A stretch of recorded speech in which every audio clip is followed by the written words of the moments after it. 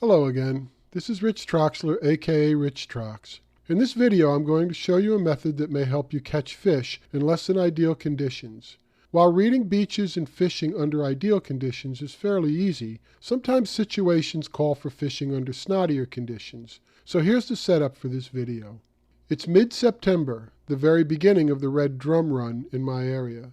Hurricane Jose is rolling by just off the coast, sending rain squalls and a strong northeast wind onshore, conditions known to turn on big red drum if they're in the area.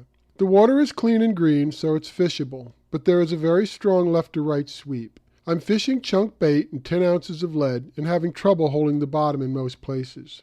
I say most places because despite the chaotic look of the water, it does obey rules, and the most important rule in this case is that water seeks its own level. So when wind and tide are pushing water against the shore, it has to return to the ocean, in other words, seek its own level.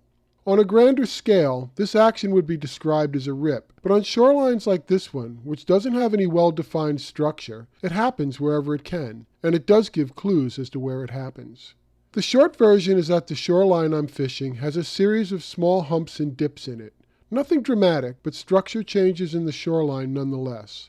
In the way they affect water flow, the humps are like small points and the dips are like small gutters or holes. The picture shows what this looks like at low tide. Well, the same thing that happens to shorelines can also happen to sandbars where the waves are breaking. In this case, there are no well-defined cuts, just a series of small humps and dips in the bar. The diagram shows what a cross-section of the sandbar would look like if viewed from the shore. The dips in the sandbar are where the water pushed on shore returns to the ocean, thereby seeking its own level.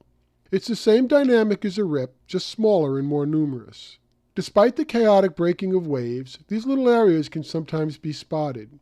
Waves break over the higher spots on the bar first, and as this happens, water is pushed out either side of the break towards the lower areas of the bar on either side. Then the wave breaks over the lower sections of the bar, which adds more water being pushed to the sides toward the dips. As the remaining wave moves out toward the dip, its direction gets changed by the force of water returning to the ocean through the dips.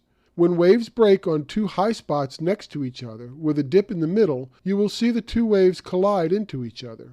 Anytime you see waves running in odd direction, it always means something is happening with the bottom. So what is walking the dog? It's basically a way of finding these little current returns without actually having to read the water. When after you make your cast and find that you're not holding bottom and your sinker is being pushed along by the sweep, then walk with it down the beach, just like walking a dog on a leash. If it finds a back eddy, or a spot where water is returning to the ocean through a dip, or some other bottom structure-induced anomaly, then it'll settle down and hold bottom. It may not be exactly where you wanted to place your bait, but sometimes you just don't have a choice. You may also discover that sometimes that little patch of calmer water is exactly where your bait should have been to begin with.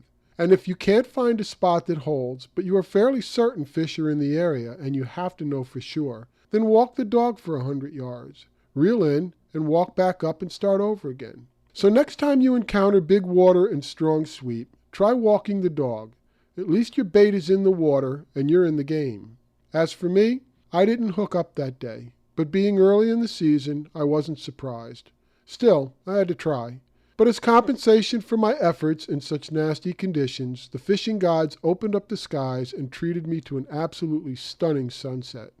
Surf fishing is a lifelong journey, and views like this one are one of the reasons I enjoy the ride. That's my view from the beach, so until next time, be well and catch 'em up.